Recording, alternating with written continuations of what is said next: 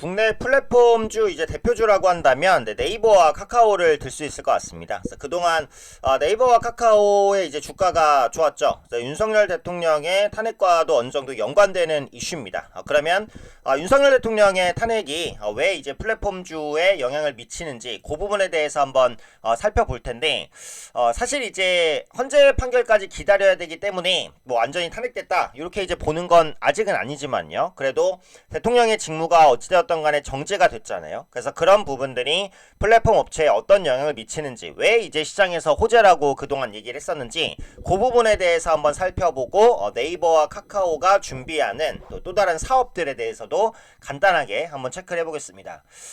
자, 일단 탄핵 후 플랫폼주의 흐름이라고 이제 말씀을 드렸는데, 그동안 이제 윤석열 정부가 기존에 굉장히 강력한 플랫폼 규제 정책을 추진을 했었어요. 근데 이번에 대통령의 직무가 정지가 되다 보니까 요 강력한 플랫폼 규제가 어때요?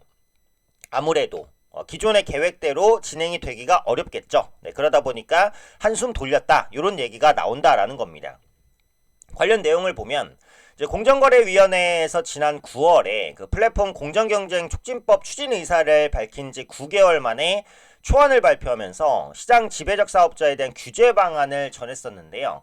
구체적인 내용은 여기 있습니다. 그래서 가장 핵심적인 사전 지정을 빼고 사후 추정과 임시 중지 명령 등으로 플랫폼 관련된 사건을 신속하게 규제하겠다라는 게 핵심적인 내용입니다. 그래서 여기서 이제 4대 반경쟁 행위를 얘기를 했는데, 그럼 4대 반경쟁 행위가 뭐냐? 일단 자사 우대, 자사를 말 그대로 우대하는 거고요. 끼어 팔기. 네, 자기의 제품을 이제 어디다가 넣어갖고 강제로 팔게 하는 거. 네, 멀티호밍 제한과 최해 대우 요구, 요 부분입니다. 우리를 이제 대우해달라 이런 거죠. 이런 플랫폼 업체 가운데서 시장 독점력을 갖춘 곳을 지배적 사업자로 사후 추정에서 위법성 입증에 책임을 묻겠다는 의도입니다.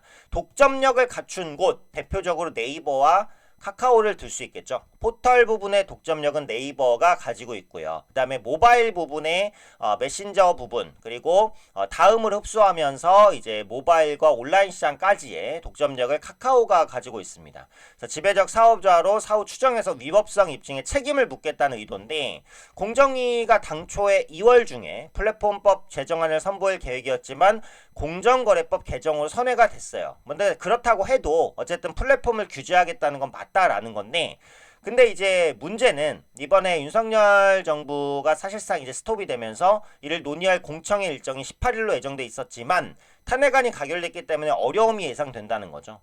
앞서 국회 정무위를 보면 지난 9일에 전체회의를 개최했지만 20분 만에 끝나서 별다른 진전이 없었습니다.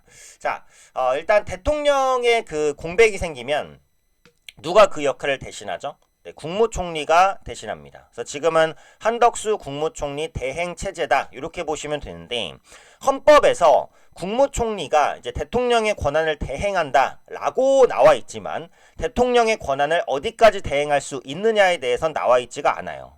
그래서 구체적인 법 해석이 모호한 부분이 있고, 대통령이 행사하는 적극적인 권한을 행사할 수 있냐, 있다 없다라고 나와 있진 않지만 역대 대행 과정을 보면 적극적인 권력을 행사한 적은 없습니다. 그냥 소극적인 부분, 대통령이 처리해야 될 일을 처리했을 뿐이지 구체적으로 밖에 나와서 뭔가를 규제하거나 뭔가를 개혁하거나 하지는 않았다라는 거예요. 그래서 그런 관점에서 보면 이번 플랫폼 규제 같은 경우에도 한덕수 대행 체제에서 적극적으로 시행되기가 어렵다라는 거죠.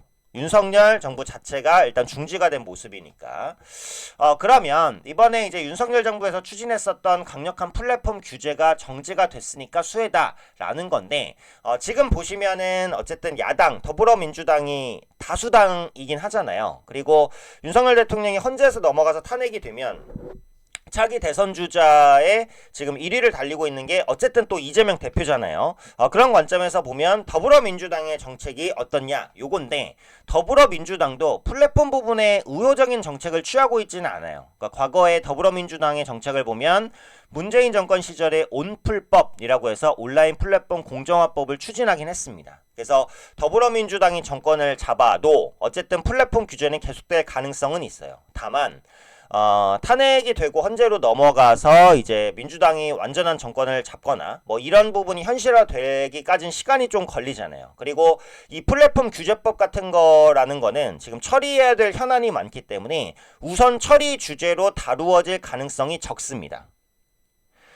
지금 보면은 이제 대외 정책도 다 스톱이 됐고 내수 경기도 안 좋잖아요. 한국은행이 내년 한국의 성장률 전망치를 1%대로 낮췄고 각국에서도 이제 국내 수출 둔화라든지 실적 둔화 이런 부분을 염려합니다. 그럼 빠르게 처리해야 될 부분은 뭐예요?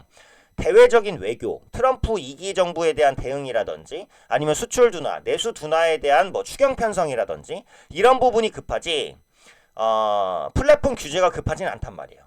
그럼 적어도 6개월 동안 이 부분에 공백이 생기겠구나 요겁니다. 그래서 그런 부분들은 충분히 앞으로도 플랫폼주에 대한 호재로 작용할 가능성이 있다라는 부분이고요. 그러면 이제 네이버와 카카오가 추진하고 있는 거 하나씩 한번 볼 건데 일단 네이버입니다. 네이버의 치지직이라는 그 수배 대응하는 온라인 이제 그 방송 서비스가 상당히 흥행을 좀 하고 있는데요. 여기에 버추얼 스트리머 뮤직비디오를 공개할 예정이에요. 그래서 버추얼 스트리머 시장 규모를 보면 2021년엔 거의 적었다가 28년엔 급성장을 할 것으로 보여지고 있죠. 숲과 카카오 엔터도 이 버추얼 스튜디오 부분을 계속해서 준비하고 있고요. 그러니까 AR이나 VR을 활용한 콘서트라든지 이런 부분이 가능하다라는 겁니다. 실제로 해외에서는 이런 버추얼 콘서트가 상당히 흥행하는 모습들을 보이고 있고요. 요즘에 AR이라든지 VR 글라스들 많이 나오잖아요. 삼성전자도 내년 언팩에서 AR 글라스를 최초로 공개할 것으로 보이고 이 버추얼 시장이 급성장을 할 것으로 기대가 됩니다. 그 부분에 네이버가 뛰어들고 있는데 치지직을 중심으로 해서 일단 버추얼 스트리머를 양성한 이후에 요게 성공적으로 진행된다 싶으면 이 가상세계 서비스를 더 확장하겠다라는 거예요. 그래서 네이버의 신성장 동력으로 작용할 수 있는 부분이고요. 카카오 같은 경우에는 이제 톡딜이라는 서비스입니다. 기존의 카카오 쇼핑하기가 이제 톡딜로 명칭을 바꾼 겁니다. 왜 바꿨을까요? 자체적인 구매 플랫폼으로도 우리가 성장을 하겠다. 라는 거죠. 그래서 기존의 카카오의 플랫폼에 당연히 도움을 받지만 조금 더 자체적인 사업들도 하겠다라는 겁니다. 말 그대로 브랜드 이미지 구축이라고 보시면 될 것 같고요. 톡딜은 이제 기존의 타임딜을 비롯해서 뭐 단독 런칭이라든지 이런 다양한 딜 혜택을 계속해서 확대해 나갈 것 같아요. 그래서 기존과 동일하게 카카오톡 쇼핑 탭에서 선물하기, 라이브 이런 것과 함께 이용할 수가 있습니다. 그래서 카카오 커머스가 한 단계 더 발전할 수 있는 계기로 자리 잡을 수 있을 것으로 보여지고 있어요. 그러면 네이버는 이제 신규 버추얼 서비스를 강화하는 흐름들, 카카오 같은 경우는 쇼핑 서비스를 강화하는 흐름들, 그동안 성장이 좀 정체됐었던 플랫폼주들이 신규 모멘텀을 더해가고 있다. 이 정도까지 체크해 보셔도 될 것 같아요. 그래서 카카오는 이제 단기간에 뭐 탄핵 이슈로 함께 급등했다가 다시 반등을 시도하는데 기술적으로는 요 고점을 돌파하는 게 중요하겠죠. 요 고점을 돌파하면 N자형 패턴이 됩니다. 기술적인 N자형 패턴의 완성이 되니까 가격적으로는 한 47,500원 돌파하는 시기에 한 템포 더 올라갈 수 있어요. 그래서 신규적으로는 47,500원 돌파하면 5만원 단 이상을 크게 노릴 수 있다라는 부분, 기관의 수급도 좋으니까 카카오에 대한 부분들 보시면 되겠고, 돌파를 못하면 좀 눌려요. 그죠? 그래서 신규로 보실 분들은 돌파한지 여부를 확인하고 신규 진입을 하셔도 좋다라는 관점이고요. 그 다음에 이제 네이버 한번 보겠습니다. 네이버 주가 같은 경우에는 카카오보다 훨씬 더 좋죠. 기관과 외국인의 쌍끌이 양매수, 지금 5일 이평선을 타고 가고 있는 흐름이기 때문에 추세는 좋죠. 보유하고 계신 분들은 계속해서 홀딩하고 23만원까지는 일단 노려볼 수 있는 위치에 있다, 이렇게 봅니다. 기관 외국인의 양매수가 계속 유입되는지가 관건이에요.